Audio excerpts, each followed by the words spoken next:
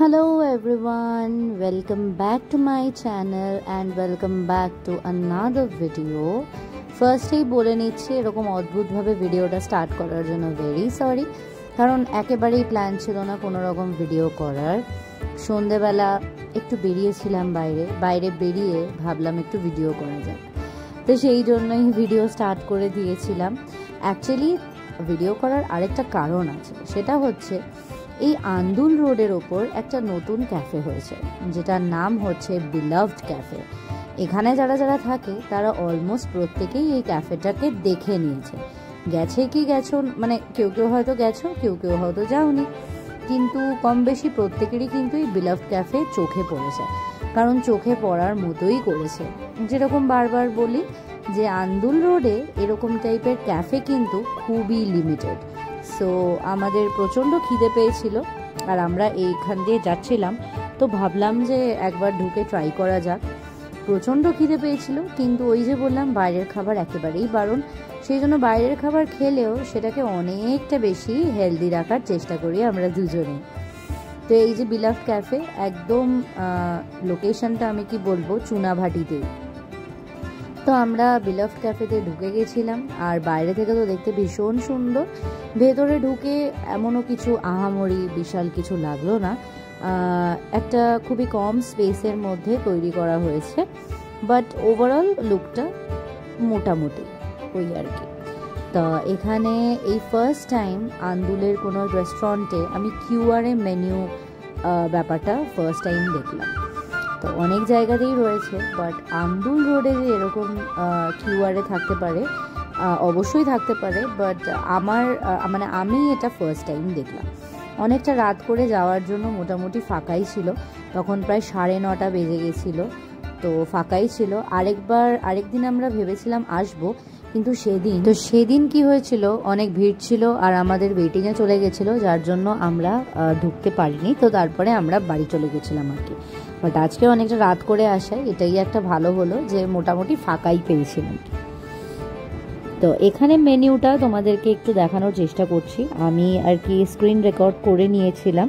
This is the menu. আমি just মেনিউটা screen record করেছিলাম তোমাদের দেখানোর জন্য, কারণ তাহলে তোমাদেরও একটা আইডিয়া হয়ে যাবে ওই আর কি। আমি নিয়েছিলাম স্যান্ডউইচ, চিকেন গ্রিল স্যান্ডউইচ নিয়েছিলাম, অর্ডার করে দিয়েছিলাম। আর অর্ডারটাও কিন্তু এই ওয়েবসাইটের থ্রুতেই পুরোটা করতে হচ্ছিল, এখানেই অর্ডার করে দিতে হচ্ছিল, করে তারপরে ওরা টেবিল নাম্বার ওয়াইজ কিন্তু সার্ভ করে দিচ্ছিল, যেটা ভীষণই ভালো একটা ব্যাপার বলতে পারো। কারণ আজকাল মোটামুটি কম বেশি সমস্ত রেস্টুরেন্ট ক্যাফেতে এই সিস্টেমটা চলে এসেছে, স্মার্ট স্মার্ট মেনু যাকে বলে। তো এখানেও এসে গেছে, দেখে সত্যিই খুব ভালো লাগলো। তো তোমরা এখন মেনুটা একটু দেখে নাও। আরেকটা জিনিস যেটা, এখানে কিন্তু কম্বো রয়েছে, দেখতে পাবে, আসবে যখন দেখতে পাবে। কম্বো কিন্তু বিরিয়ানি কম্বো রয়েছে, মোস্ট প্রবাবলি 2 কি 3টে বিরিয়ানি কম্বো রয়েছে, যেটা বেশ ভালো। আর আমরা যাওয়ার সময় ওদের অলমোস্ট সব কিছুই কিন্তু সোল্ড আউট হয়ে গেছিলো। তো বুঝতেই পারছো যে মোটামুটি ভালোই খেতে, সব থেকে বড় কথা হচ্ছে সবাই বেশ পছন্দ করছে।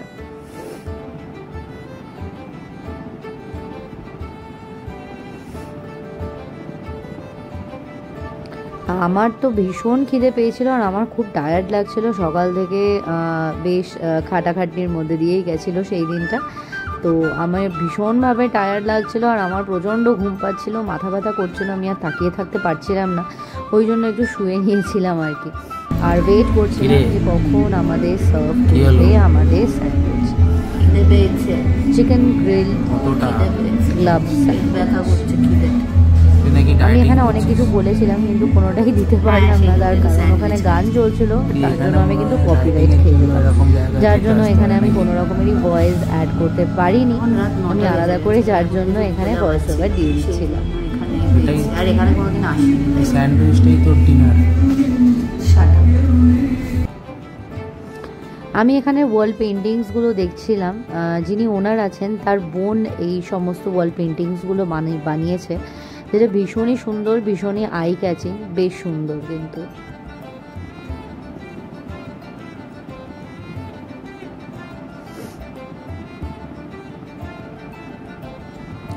তা দেখতে দেখতে আমাদের চিকেন গ্রিল ক্লাব স্যান্ডউইচ কিন্তু হাজির হয়ে গেছে। দেখতে ছোট লাগলেও খেতে খেতে আমাদের কিন্তু হালত খারাপ হয়ে গেছিলো। খিদের পেটেও আমরা কিন্তু মানে আমি দুটো একসাথে খেয়ে উঠতে পারিনি, যথেষ্ট হেভি ছিল। অ্যান্ড চিকেন গ্রিল স্যান্ডউইচের কিন্তু যেহেতু 3টে লেয়ার থাকে, 3টে লেয়ারের দুটো লেয়ার থাকে, তার মধ্যে কিন্তু একটাতে ছিল টোটালি চিকেন অ্যান্ড চিজ, আর একটাতে ছিল কিন্তু এগের লেয়ার। আর চিজটা বেশ ভালোভাবে দেয়া ছিল, যার জন্য যে ফ্লেভারটা ভীষণ ভালো আসছিল, জাস্ট ভীষণ ভালো, মানে মনে হচ্ছিল মুখের মধ্যে যেন মিলিয়ে যাবে।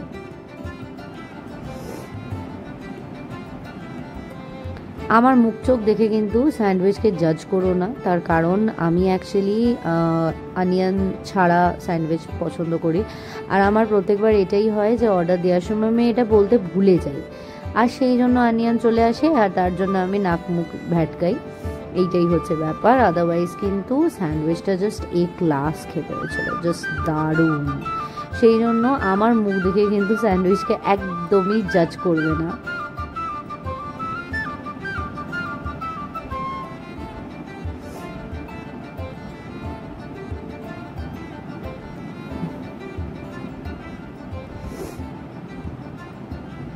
তো যাই হোক, স্যান্ডউইচ খেয়ে আমরা বাইরে বেরিয়ে গেছিলাম।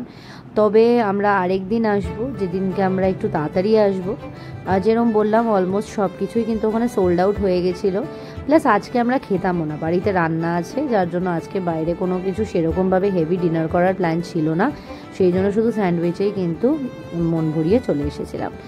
ঠিক তার পাশেই ইন্ডাসের একদম উল্টো দিকে আছে আরেকটা চায়ের ঠেক, যে চাটার জন্য দেওয়ান প্রায় আমাকে বেশ কয়েক মাস ধরে বলছে নিয়ে যাব, কিন্তু সেই সুযোগ আর হয়ে উঠছিল না। তা ফাইনালি যখন এখানে এসেছি, তাই আমরা ভাবলাম যে এখানের চাটাও খেয়ে নিই।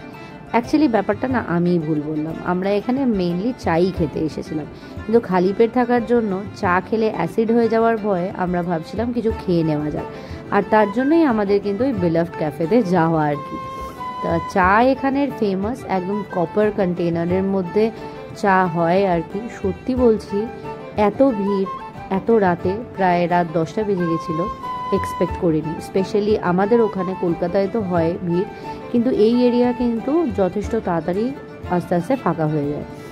কিন্তু এই একটা চায়ের দোকান, যে চায়ের দোকানে কিন্তু তোমরা রাত 10:30 11টা অবধি খোলা পাবে, আর তার সাথে ভিড়ও থাকবে। এই এরিয়াতে যারা যারা থাকো তারা তো নিশ্চয়ই এই চায়ের ব্যাপারে জানো, কিন্তু এখনও যদি ট্রাই না করে থাকো, আমি তো সাজেস্ট করবো যে ইমিডিয়েটলি এসে একবার ট্রাই করে যাও। আশা করছি নিরাশ হবে না, দুর্দান্ত লাগবে, আর তোমাদের নতুন হয়তো একটা চায়ের ডেস্টিনেশন তৈরি হবে, ঠিক যেমন আমার হয়েছে।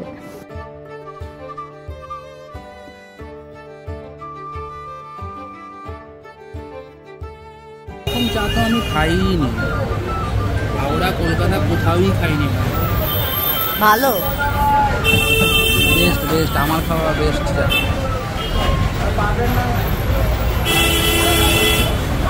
মনে হচ্ছে কলকাতা থেকে খুব তাড়াতাড়ি লোকজন আসতে চলেছে এই চাটা।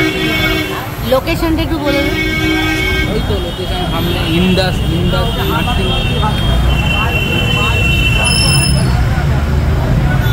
নার্সিংহোমের উল্টো দিকে। আবার এই চাটা আবার একটা খেয়ে আবার হয় না কি? তো যাই হোক, চাটা খাওয়ার পরে আমরা কিন্তু বাড়ির দিকে এবার রওনা হয়েছিলাম। আর সেদিন ওয়েদারটা প্রচণ্ড গরম ছিল, তার সাথে ভীষণ সুন্দর হাওয়া দিচ্ছিল। আমি জানি না যে গরমটা শুধু আমারই একার লাগছিল নাকি সবারই লাগছিল। তো বাড়ি ফেরার পথে আমরা একটুখানি কর্ন অ্যান্ড ক্যাপসিকাম বাজার করে বাড়ি চলে আসছিলাম।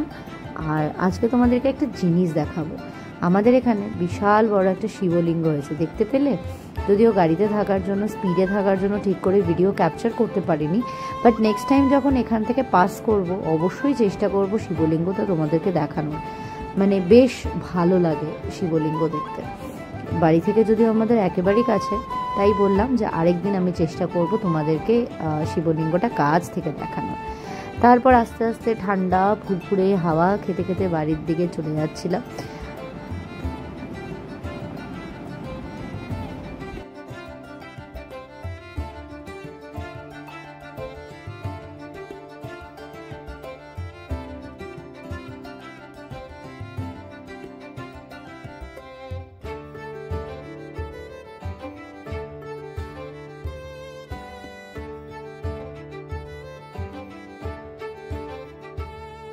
তা আজকের ভিডিওটা যদি তোমাদের ভালো লেগে থাকে, হেল্পফুল যদি মনে হয়, তাহলে অবশ্যই লাইক করে দিও। চ্যানেলে যদি নতুন হও সাবস্ক্রাইব করে দিও। দেখা হবে খুব তাড়াতাড়ি পরের একটা ভিডিওতে। সবাই খুব ভালো থেকো, সাবধানে থেকো। বাই।